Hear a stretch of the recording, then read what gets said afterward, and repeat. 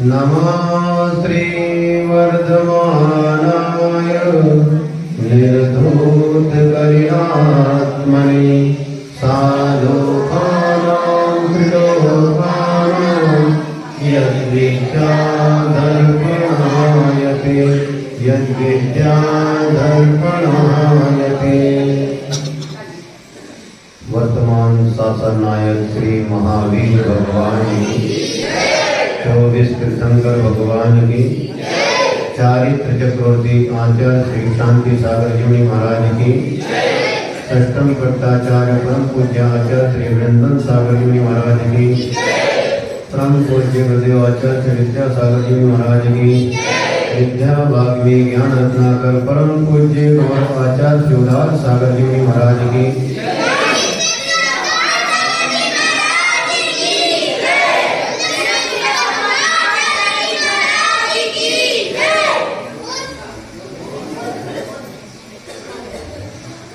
धर्म प्रेमी बंधु,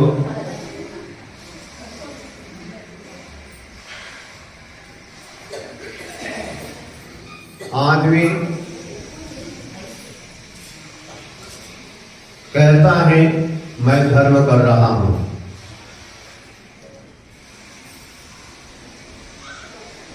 और हमसे जैसा बनता है हम करते हैं। हम धर्म का आचरण कर रहे हैं।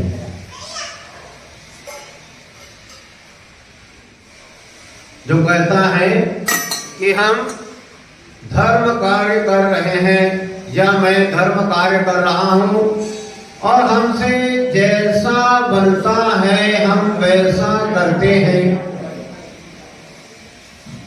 मैं धर्म का आचरण कर रहा हूं, हम धर्म का आचरण कर रहे हैं, तो ये बात गलत है।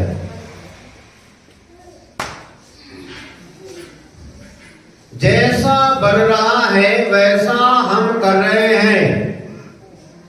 आपने देखना कभी किसी को समझाना, कोई थोड़ा कहीं मिस्टेक हो जाए, कुछ बात हो जाए तो कहते हैं बुजुर्ग लोग, देखो भैया ऐसा नहीं ऐसा करना, ये ठीक है। बोले सुनो दादा, हमसे जैसा बन रहा है वैसा कर रहे हैं हम तो, अरे तो कल से नहीं आए हम इस मंदिर में। हाँ, तो जो ऐसा कहता है उसके लिए सही क्या है, बहुत अच्छी, गलत क्या है। इसीलिए ये सम्यक दर्शन का ये अमूढ़ दृष्टि अंग है, इसको बारीकी से समझना होगा। श्रद्धान के साथ साथ सत्य क्या है असत्य क्या है इसकी भी हमें जानकारी होना चाहिए। इस अमर दृष्टि अंग को हमें ध्यान से समझना चाहिए। जैसा हमसे बनता है वैसा हम करते हैं तो ये बात गलत हो जाती है। सही रास्ते पर चलने वाला ही सच्चा राही होता है। धर्म मार्ग पर चलने वाला धर्मात्मा है, तो सच्चा रास्ता, सही रास्ते पर चलने वाला ही सच्चा राही है। कुछ आकांक्षा संसारी प्राणी की पूर्ति के लिए, आकांक्षाओं की पूर्ति, इच्छाओं की पूर्ति, ये संसारी प्राणी उसी में लगा रहता है और भगवान की वीतरागता, वीतराग भगवान, 18 दोषों से रहित अरहंत भगवान, सिद्ध परवेटी का स्वरूप, अरहंत परवेटी का स्वरूप, पंच परवेटी का स्वरूप क्या है वह जानना नहीं चाहता है। और सरागी मिथ्या देवताओं के पास जाता है, प्रणाम करता है, नमस्कार करता है, जो भी करना पड़े सब करने को तैयार है। यहां समय सार ग्रंथ के ऊपर स्वाध्याय, बड़े बड़े ग्रंथ, अष्टपावड़ ग्रंथ के ऊपर स्वाध्याय चल रहा है। प्रवचन सार ग्रंथ के ऊपर स्वाध्याय चल रहा है।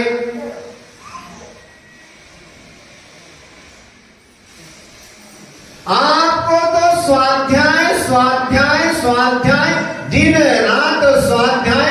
आपको अपने बेटे की थोड़ी भी चिंता नहीं है।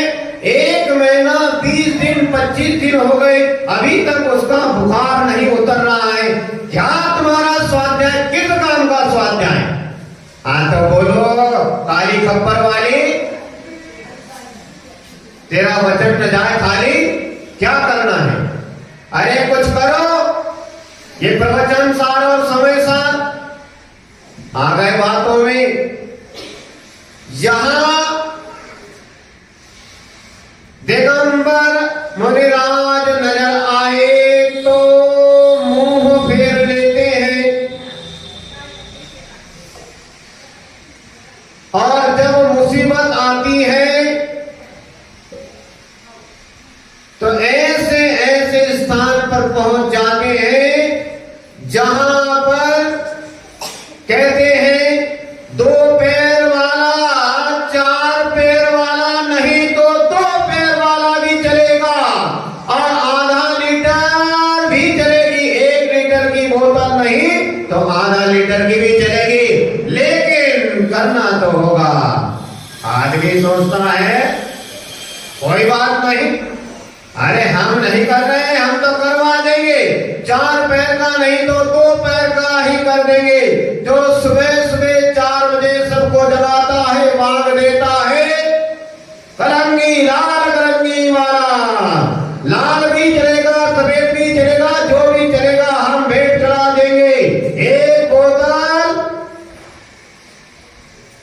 चढ़ा देंगे। कहां गया समय सार का स्वाध्याय? कहां गया प्रवचन सार का स्वाध्याय? कहां वीतरागता और कहां 18 दोषों से रहित अनंत भगवान का स्वरूप जानने वाले? भूल गए, लुढ़क जाते हैं और पहुंच जाते हैं। ये हमने अपनी आंखों से देखा है। शहर में साधु आए, लेकिन नहीं, हम तो स्वाध्यायी हैं, हम स्वाध्यायी हैं, हम स्वाध्याय करते हैं। लेकिन दिगंबर साधु के सामने हम झूठ। मुसीबत के क्षण आते हैं तो दिगंबर साधु को छोड़ ऐसे बोतल और 2 पैर और 4 पैर के डिमांड वाले के सामने साष्टांग प्रणाम करते हैं। इससे बड़ा पागलपन कोई नहीं है। ये मूर्खता के काम है। और हमारा जैन धर्म कहता है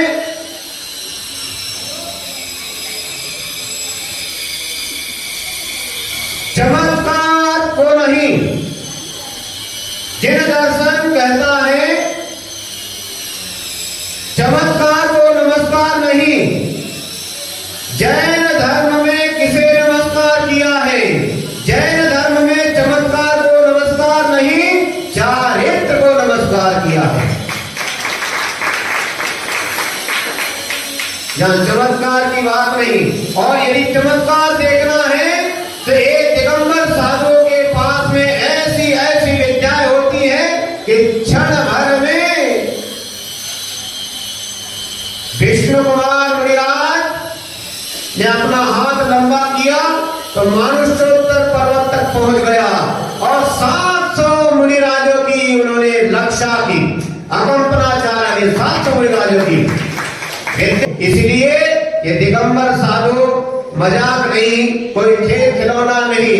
आज जैन कुल में पैदा होकर भी जैन साधु को हम समझ नहीं पा रहे।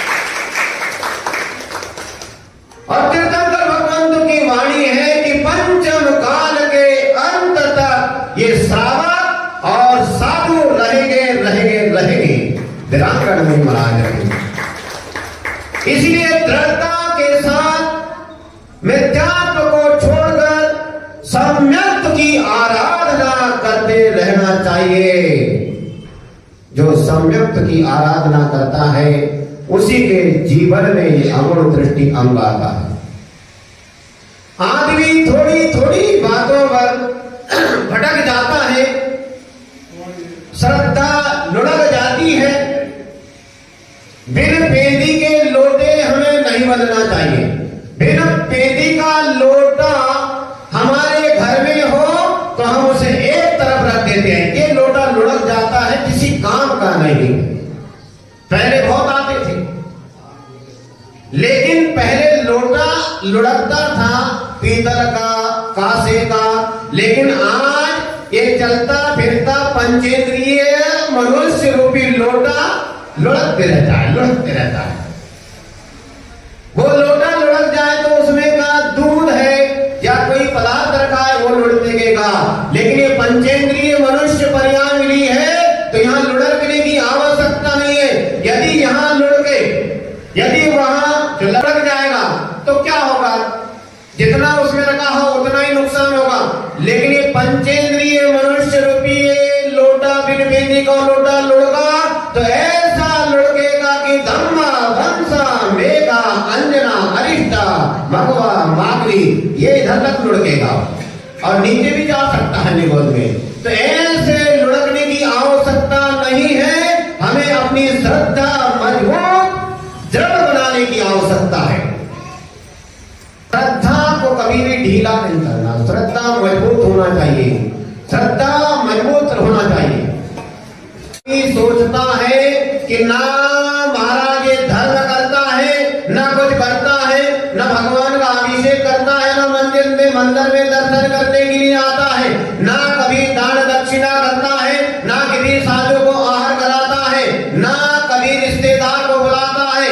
ये तो मिथ्या मार्ग में लगा हुआ है, फिर भी सुखी नजर आ रहा है। प्रश्न तो हजारों, पचासों, हजारों लोगों के मन में आते हैं और हमसे भी कुछ लोग प्रश्न करते हैं, बताओ महाराज ना वो धर्म करता है, ना कोई शुभ कार्य करता है, उसके बावजूद भी उसके पास में धन संपत्ति अपार है और सुखी संपन्न नजर आता है, ऐसा क्यों?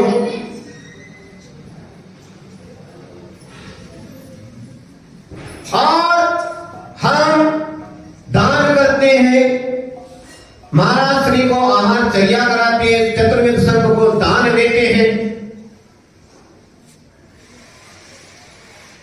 असहायों की मदद करते हैं, दया धर्म का पालन करते हैं।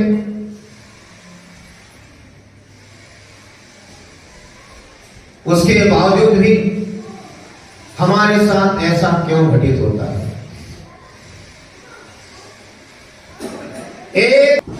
एक माता पिता, एक दंपत्ति एक संत के पास पहुंची और संत से कहती है, हे प्रभु, हे परमात्मा, हम दान करते हैं, दया धर्म का पालन करते हैं, अहिंसा का पालन करते हैं, सब कुछ करते हैं, उसके बावजूद भी ये हमारे घर, ये हमारा बेटा जन्म से लंगड़ा अपाहिज पैदा हुआ है, इसका क्या कारण है? बताया।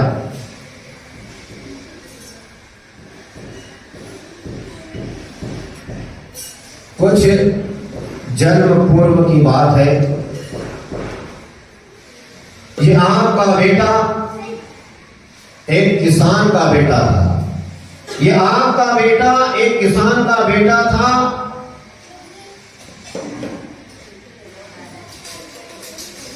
उस बेटे की मां ने कहा, बेटा भोजन कर लो। इसने भोजन कर लिया। उसके बाद मां ने कहा कि बेटा ये भोजन सामग्री तुम अपने पिताजी के लिए खेत पर देकर आओ। उसने कहा ठीक है मां। उसी बीच उस बेटे के एक मित्र ने, दोस्त ने आवाज लगाई तो भोजन सामग्री वहीं छोड़ दिया और दोस्त की बात सुनकर उसके पास पहुंच गया। दोस्त से चर्चा करने लगा और चर्चा करके लौटने लगा। उसी समय उस भोजन सामग्री को एक कुत्ते ने आकर झूठा कर दिया। उस समय वह किसान का बेटा क्रोधित हुआ, उसे बहुत गुस्सा आई। अब भोजन झूठा हो गया, अब यह भोजन किसी काम का तो नहीं है। यदि सोचते अब कुत्ते ने मुंह लगा दिया तो कोई बात नहीं, इसी को खाने दो, पिताजी के लिए दूसरा लेकर चले जाएंगे, लेकिन नहीं, इतनी समझदारी है। आज भी देखने में आता है, थोड़ा सा भी कहीं कोई कुत्ता बिल्ली दिख जाए, डंडा मार, पत्थर मार, नहीं तो लाते मार देते उसको। ये स्थिति है। तो तुम्हारा क्या बिगाड़ा कुत्ते ने? इधर दान कर रहे हैं, सब कुछ करते हैं, दया धर्म का पालन करते हैं, और कुत्ते ने यदि भोजन झूठा कर दिया तो कुत्ते को खाने तो क्या फर्क पड़ रहा है? आपकी 10-20 बोरा सोयाबीन धूप में पड़ी है, अब कोई गाय आके थोड़ा सा मुंह लगा दे, अरे चुल्लक जी, इतना बड़ा डंडा, उस गाय की उस बैल की हालत खराब। अरे खा लिया तो खाने तो, प्रेम से कोई बात नहीं, जाने दो। अरे हमें तो ये शिक्षा लेनी चाहिए चारित्र चक्रवर्ती आचार्य श्री शांति सागर देव महाराज जी की। उनके खेत में जब अनाज का ढेर लगा होता था तो चोर चोरी करने आया, अनाज बोरी में भर के ले जा रहा है, तो चारित्र चक्रवर्ती आचार्य श्री शांति सागर देव महाराज जी क्या करते थे?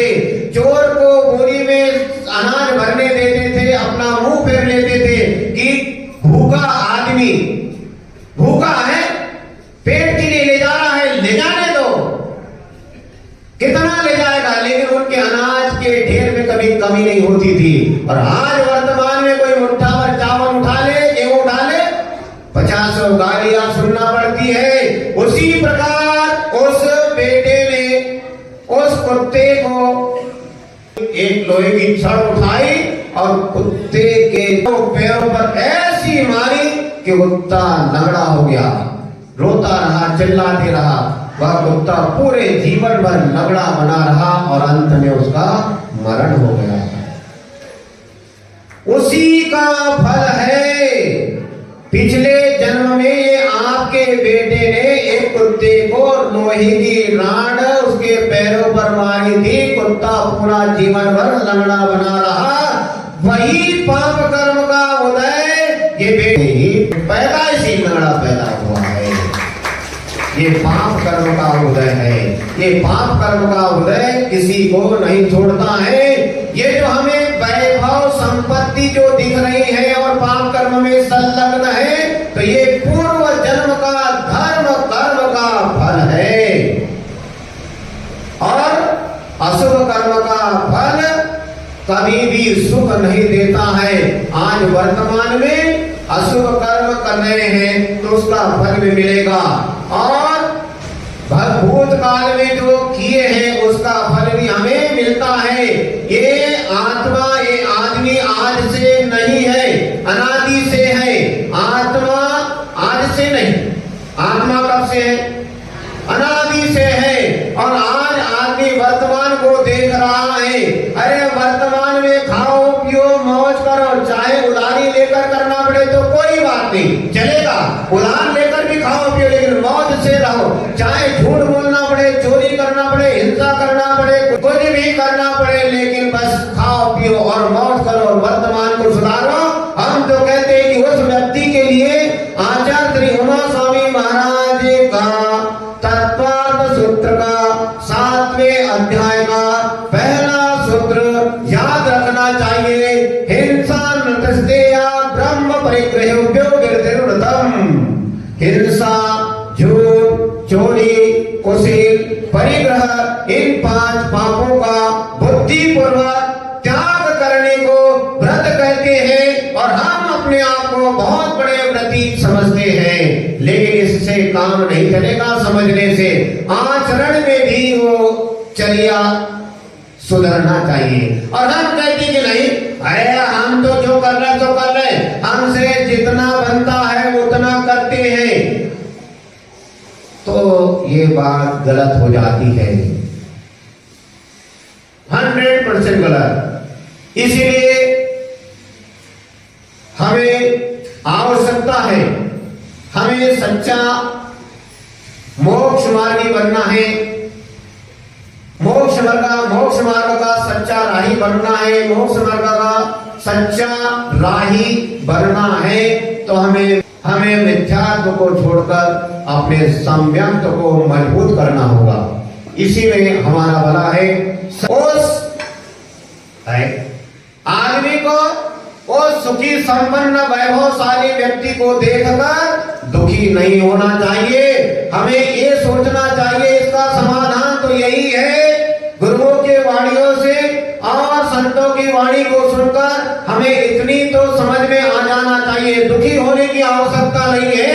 हमें बस इतना ही समझना है कि ये जो